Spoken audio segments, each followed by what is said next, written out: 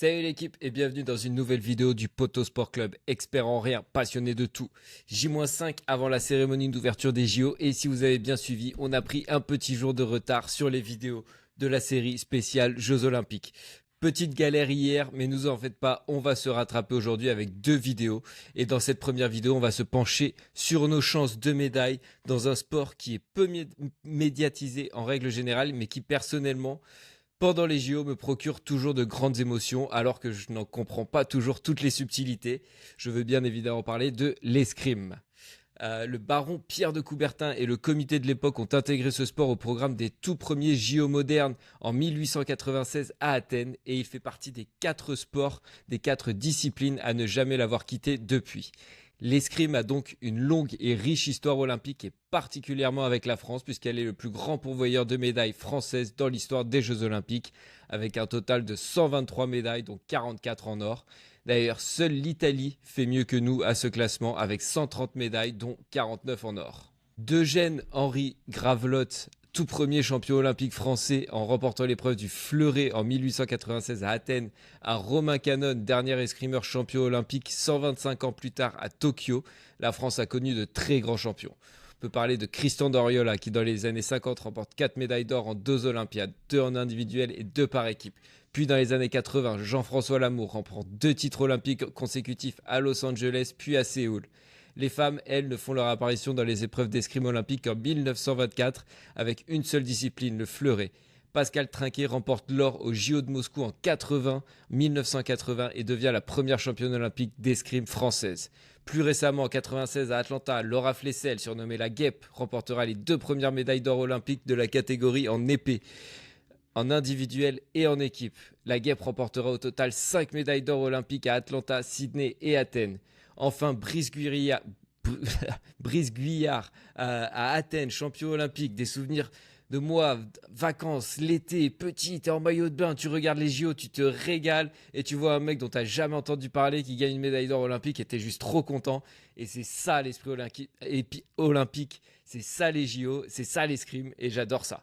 Voilà, la France avait fini 2e au classement par équipe en escrime derrière le comité olympique russe en 2021 à Tokyo.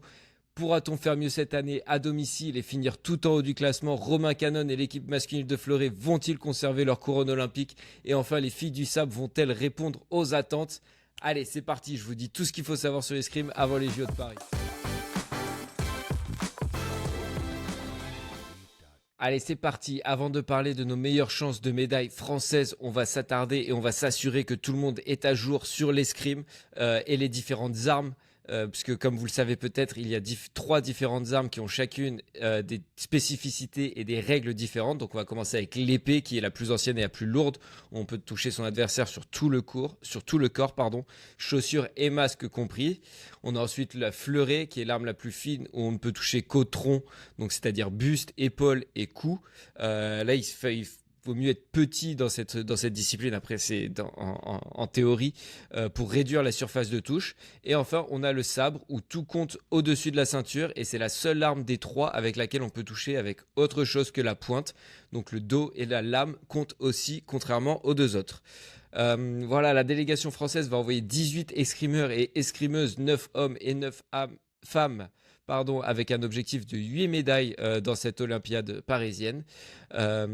Il y a une épreuve individuelle et une épreuve par équipe pour chaque arme et pour hommes et femmes. Donc on atteint 12 épreuves au total qui seront disputées dans ce magnifique écrin qui est le Grand Palais à Paris. Vraiment, je pense que ça va être très très stylé. J'ai pas pu avoir de place pour l'escrime malheureusement. Je vais avoir d'autres disciplines mais pas l'escrime. Et je pense que ça aurait été très stylé. Allez, on passe tout de suite. On va faire ça donc voilà par catégorie par arme et sexe. Donc voilà, on va commencer avec l'épée homme qui est là où je pense qu'on a le plus de densité en termes de chances de médaille et on descendra graduellement dans chaque discipline. Donc voilà, pour commencer très fort avec l'épée homme puisqu'on a le champion olympique en titre dans nos rangs et quelques Français bien placés au classement, donc c'est très intéressant. Par contre, des petits conflits en interne entre la fédération, les escrimeurs, les entraîneurs qui viennent un peu perturber la préparation. Voilà, j'ai pas envie de rentrer dans les détails, je vous invite à aller regarder ça si ça vous intéresse. Mais voilà, j'ai pas envie de rentrer trop dans les détails, juste à savoir et bon à avoir en tête avant de se pencher sur ses chances de médaille. Donc j'ai envie de commencer avec le champion olympique en titre, hein, Romain Canon, 5e mondial aujourd'hui, des résultats un peu en dents de scie pour lui cette année, notamment sur les championnats d'Europe récemment, mais en Coupe du Monde, donc c'est pas le championnat du monde, ça c'est les championnats qui se déroulent sur un week-end ou plusieurs jours, je sais pas exactement, mais là c'est des épreuves de Coupe du Monde où on a, voilà, c'est la saison régulière un petit peu qui détermine un classement mondial. Les championnats du monde font partie, sont une étape de cette Coupe du Monde, comptent pour le classement de la Coupe du Monde. Mais voilà, petite parenthèse refermée, il faut bien faire la distinction entre les deux. Et sur ces épreuves de Coupe du Monde, Romain Canon n'est pas si mauvais que ça. Donc voilà, saison un peu en demi-teinte pour lui en individuel. Notre deuxième représentant qui est assez en forme, c'est Luigi Middleton, 7e mondial et récemment sacré champion d'Europe, qui lui aussi pourra se mêler à la lutte pour une médaille. Et enfin, notre troisième représentant dans ce tournoi, Yannick Borel. On peut avoir 3 représentants max par tournoi. Voilà, je ne l'ai pas mentionné, mais voilà, nous on a on a réussi à qualifier 3 représentants dans chaque compétition, ce qui n'est pas le cas de tout le monde. Mais voilà, donc on a le maximum de représentants en escrime possible. Deuxième petite parenthèse refermée. Voilà, le vétéran Yannick Borel qui disputera sa 4e Olympiade et tentera d'oublier son énorme désillusion à Tokyo où il s'était incliné au premier tour alors qu'il faisait partie des favoris. Et lui qui vise toujours un premier titre olympique en individuel. Il a été sacré en équipe mais pas en individuel et c'est un peu le dernier titre qui manque à son palmarès. Lui qui est 4e mondial aujourd'hui, donc il fait aussi partie du mix pour aller se mêler à la lutte au podium. Et forcément, avec 3 Français dans le top 10 et la première place au classement par équipe mondiale, on fait aussi partie des équipes favoris pour la médaille d'or en équipe. On est vice-champion du monde et champion d'Europe en titre. Il y a 4 ans, on s'était incliné d'une toute petite touche face au Japon, qui avait ensuite roulé sur tout le monde vers la médaille d'or à la maison. Donc, dans l'absolu, on n'était pas si loin, même si on fait que quart de finale. Donc voilà, maintenant que je vous ai présenté un peu cette équipe de France d'épée masculine, j'ai envie de vous parler rapidement des concurrents. Dans cette vidéo, il y a beaucoup de Français, donc je ne vais pas m'attarder trop longtemps sur les concurrents. Mais voilà, si j'ai des oublis, si des trucs comme ça, n'hésitez pas à me le dire dans les commentaires. Je le prendrai pas mal, encore une fois, passionné, pas expert, mais voilà, j'ai envie de vous transmettre cette passion. Donc n'hésitez pas, je serai heureux d'échanger si j'ai oublié des noms importants de l'escrime. Donc voilà, pour les chances de médaille en individuel, j'ai l'impression que beaucoup de monde peut gagner en fait, que nos 3 Français font partie de la discussion. Mais quand je regarde les derniers résultats, il y a aussi 2 Hongrois qui sont aux 2 premières places mondiales en ce moment, dont le numéro 1 mondial qui semble très régulier. Un Japonais aussi qui avait été champion olympique par équipe à Tokyo, qui est 3e mondial. Et après nos Français qui sont voilà, 4e, 5e et 7e.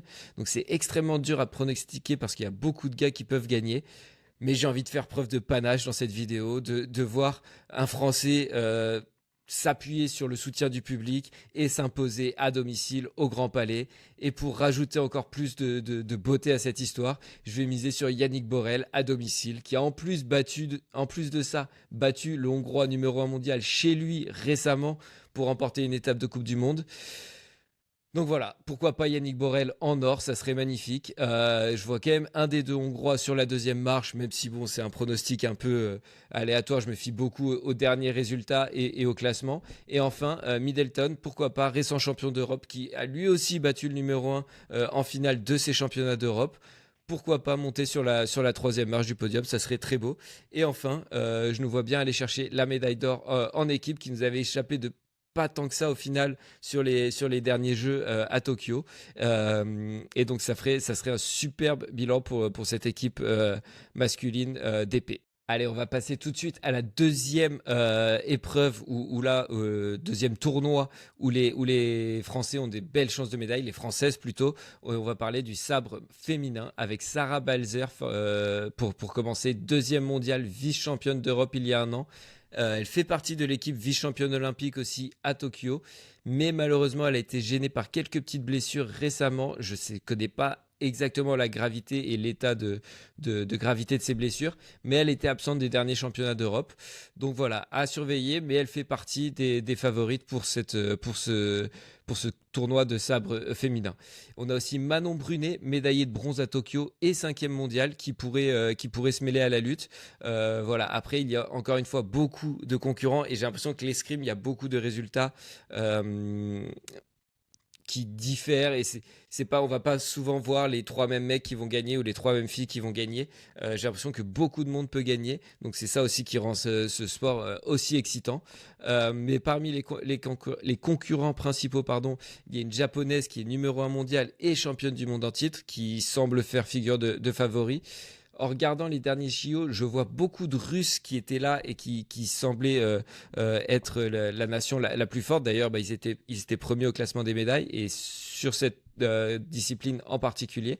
Euh, donc voilà, il me semble qu'il n'y a qu'une quinzaine d'athlètes russes au total qui participeront aux JO. Donc je ne sais pas s'il y en aura dans ce tableau-là. Je vous avoue que je n'ai pas suivi ça plus que ça. Mais si elles ne sont pas là, en tout cas, ça peut ouvrir le tableau. Il y a aussi une grecque, une ukrainienne. Voilà, je ne vais pas encore une fois trop m'étaler sur les concurrentes dans cette vidéo. Mais ce qu'il faut retenir, c'est que ces deux filles-là, Manon Brunet et Sarah Balzer, font clairement partie du mix pour aller chercher une médaille. Donc voilà, comme avec l'épée masculine, je pense que ça peut être assez ouvert de ce que j'ai vu un peu des derniers résultats. Et vous me connaissez, j'aime bien m'enflammer. Donc si Sarah Belzer revient bien, que ses petits pépins physiques sont derrière elle, je la vois en argent et Brunet à nouveau en bronze comme il y a 4 ans à Tokyo. Et en équipe, par contre, les femmes sont vice-championnes olympiques en titre et les deux filles au-dessus faisaient déjà partie de cette équipe, seulement battues par les Russes qui je pense ne devrait pas être là. D'ailleurs, dites-moi en commentaire si vous savez exactement ce que c'est le bail avec les athlètes russes. Je sais qu'il y en a quelques-uns, mais à mon avis, en équipe, ça doit être compliqué quand même d'aligner une équipe. Bref, elles sont également vice-championnes du monde, donc attention quand même aux Hongroises qui les ont battues en finale. Mais pourquoi pas une revanche à domicile face aux Hongroises et la consécration olympique pour notre équipe de sabre féminin. Ça serait magnifique. Je pense que ça peut le faire pour une médaille d'or. Dites-moi s'il y a un truc vraiment évident que j'ai raté là-dedans. Mais je pense on peut rêver d'une médaille d'or par équipe pour le sabre féminin avec Sarah Balzer et Manon Brunet et leurs deux coéquipières qui feront partie de l'équipe. Mais voilà, j'ai plus leur nom exactement, mais c'est vraiment les deux fers de lance, c'est ces deux-là. On passe maintenant à l'épée femme avec Marie-Florence Kandasamy qui est numéro 2 mondiale et championne du monde en titre qui fera partie des favoris. La deuxième française dans ce classement, c'est Oriane Malo-Breton. Elle est 6e et elle est vice-championne d'Europe. Tout récemment, c'était il y a une semaine ou deux, il me semble, peut-être un petit mois, pardon, je m'enflamme, c'était peut-être un petit mois, on est déjà 20 juillet. Et voilà, elle est en belle forme sur les étapes récentes de Coupe du Monde et elle sera une belle outsider dans ce tournoi.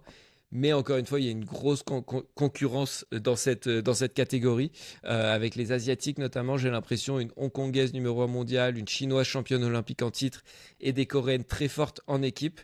Les Italiennes sont aussi assez hautes dans le classement et les Polonaises souvent bien placées sur les podiums. Donc voilà, encore une fois, une grosse densité, beaucoup de vainqueurs différents sur les différentes étapes de Coupe du Monde, sur les différents grands championnats récents. Donc c'est pas facile de pronostiquer.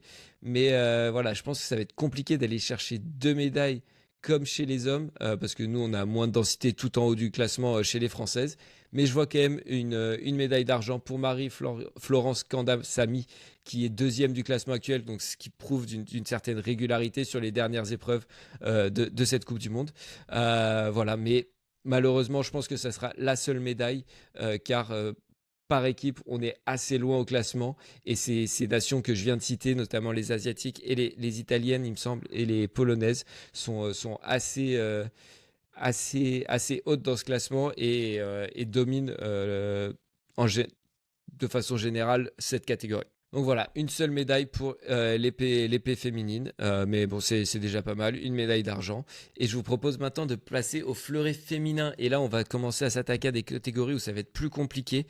Et à commencer par le fleuret féminin. Isaora Tibus, qui était la leader vraiment de cette équipe féminine, qui est toujours peut-être la leader de cette équipe de fleuret féminin, a vu sa préparation complètement chamboulée et perturbée par une suspension pour dopage pour laquelle elle a finalement été blanchie il y a peut-être un mois et demi.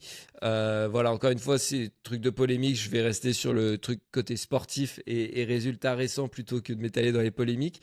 Mais j'ai l'impression que c'est quand même un peu injuste d'avoir vu toute sa préparation, toute sa saison 2023-2024 comme ça gâchée par cette suspension qui au final apparemment c'est vraiment pas sa faute. Elle aurait été contaminée par son partenaire. Bref, j'avais dit que je rentrais pas dans les détails, mais voilà, je trouve ça quand même vachement injuste. Ça me fait un peu penser à Mamadou Sakho juste avant l'Euro 2016 qui se fait suspendre pour dopage et qui a été acquitté après ça, après l'Euro, alors que bon, voilà, tout était déjà perdu pour lui.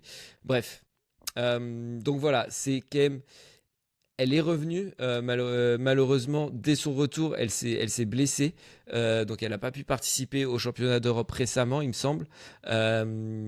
Et donc, elle arrive sur ces Jeux Olympiques quand même sans aucune certitude. Elle qui était je crois qu'elle était 4e ou 5e mondiale avant sa suspension.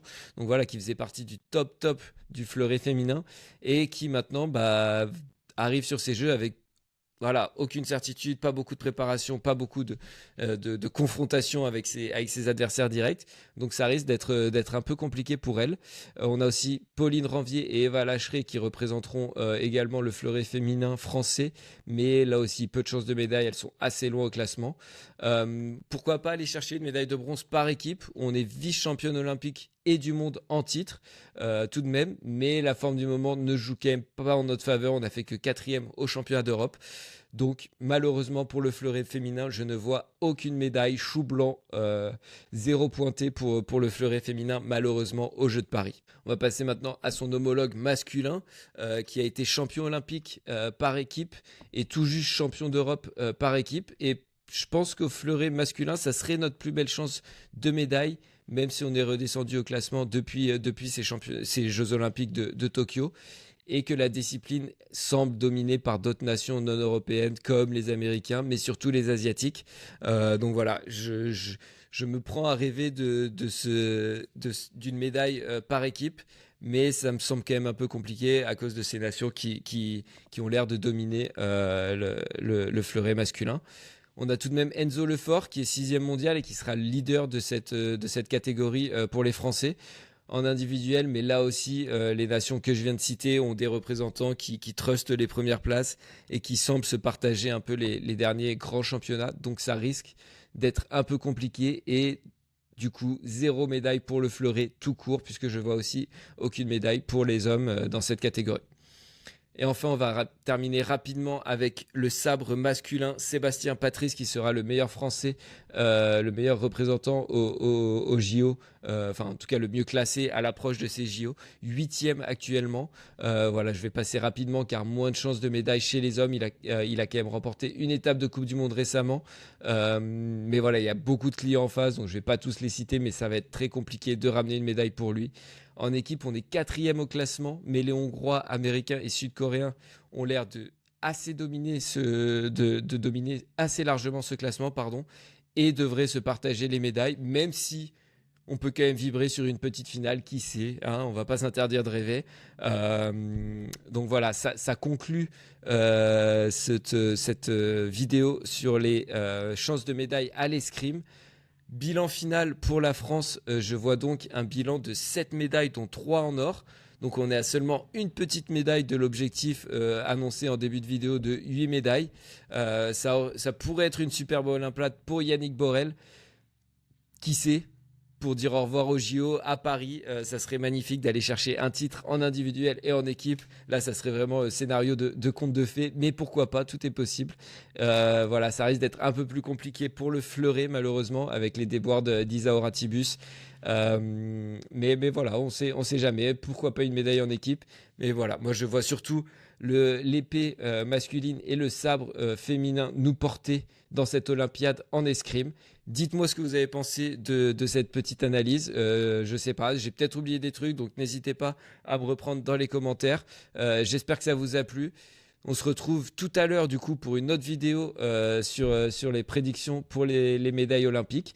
Et puis voilà, allez les Bleus, on va soutenir l'escrime, on va vibrer devant des personnes. Au moins maintenant vous les connaîtrez. Voilà, vous ne pouvez pas dire ouais c'est un champion olympique, j'ai jamais entendu son nom.